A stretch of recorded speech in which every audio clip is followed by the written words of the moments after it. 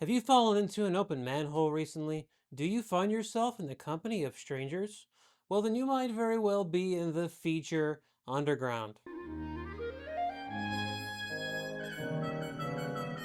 My name is Hunter Lanier, if you choose to accept that, and I'm here once again with a review of an upcoming movie. This time it is Mission: Impossible M Final Reckoning. Before I get into the movie, I do want to say that there will be no spoilers here. We'll get into this more later, but I couldn't even spoil the plot if I wanted to.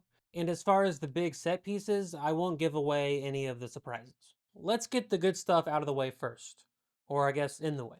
Why do people go see Mission Impossible movies? What is the main marketing push?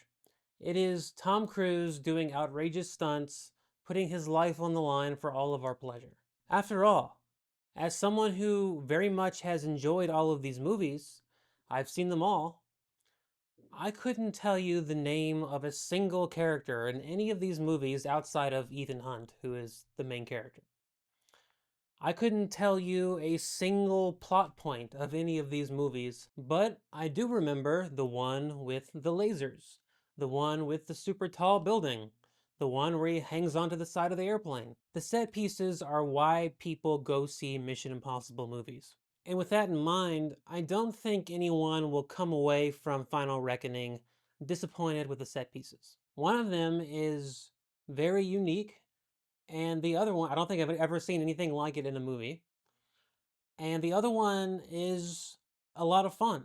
And it actually, interestingly, has more of an Indiana Jones feel to it than a 60s spy thriller feel. In fact, I would go so far as to say that more so than any of the other Mission Impossible movies, Final Reckoning moves really far away from those campy 60s roots. And that makes it, I think, a lot less fun than the other movies. It takes itself very seriously at points and really leans into the melodrama, becoming a lot more like the Fast and Furious movies and less like James Bond. And I think that's a huge step backwards. So now that I'm already getting into the problems, let's just go all in. First of all, the opening hour of this movie, which is basically its first act, considering that this movie is 3 hours long, is really terrible. And this is coming off of me reviewing Akira Kurosawa's High and Low, which I encourage you to go watch that video. That is a movie that also has a very long opening act. It's an entire first hour, and it's fantastic. This movie is the complete opposite. It's part Last Time on Mission Impossible and part tying up all the loose ends from the first movie that maybe it's just me, but I think a lot of people are like this. I don't remember anything that happened in the last movie. You don't need to tie up the loose ends. I don't even remember. I don't care. And yet, the entire first hour of this movie is just characters talking, plot machinations, melodrama. It feels like a continuation of the last movie because major things happen in the first hour that don't really feel earned. They just kind of assume, it's like they assume that you watched the first one and then went right into this one. And all of the plot machinations that are happening during this time, none of them make sense. Maybe there are people out there who are Mission Impossible lore heads and they follow all of this stuff like a Bible. Imagine an entire hour of Star Trek technobabble. That's what it's like. These movies work best when the plot is simple. Go get this. Go do this thing. Go find this person. Because it serves as a foundation from which the movie can just have fun. Fun through the set pieces, fun through campy surprises, fun through the banter of the characters. And this opening hour is also kind of disorienting, especially the very beginning of the movie, because it's showing you flashbacks from all the rest of the Mission Impossibles, and then it's also flashbacking itself, so there's flashbacks to things that weren't in the other Mission Impossibles. It's edited in a way that is so disorienting and not fun. And a lot of these flashbacks are like 3 seconds, 5 seconds long. So the mission here, the titular mission, doesn't even start until about an hour in, or maybe even halfway through the movie. It was hard. You lose track of time. That's when the movie starts to pick up a little bit, and it becomes a Mission Impossible movie. Everything feels very familiar.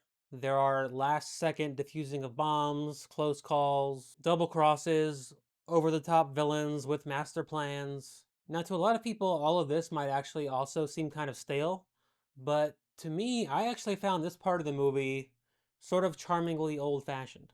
There was a little bit of that comfort food feeling that I wasn't entirely opposed to.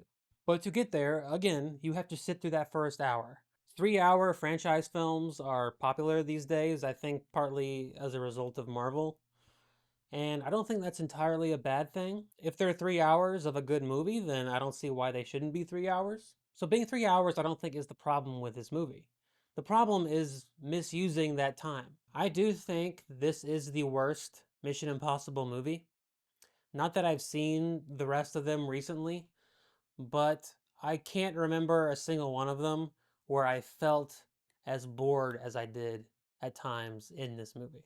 Oh, and not that any of the Mission Impossible movies are especially funny. They all have that decompressing comedy banter you've come to expect at a PG-13 action movie. But this one feels distinctly not funny, and there's a lot of bombing. And you can't defuse a bad joke at the last second. One other small thing that I wanted to bring up that I thought was mildly interesting is that this is the first movie where I feel like Tom Cruise is not pretending to be 30. There are a few shots in this movie where you can actually see some white hairs on his head. So anyway, not a big deal, but historians might look back at Final Reckoning as being the beginning of the Tom Cruise old man era.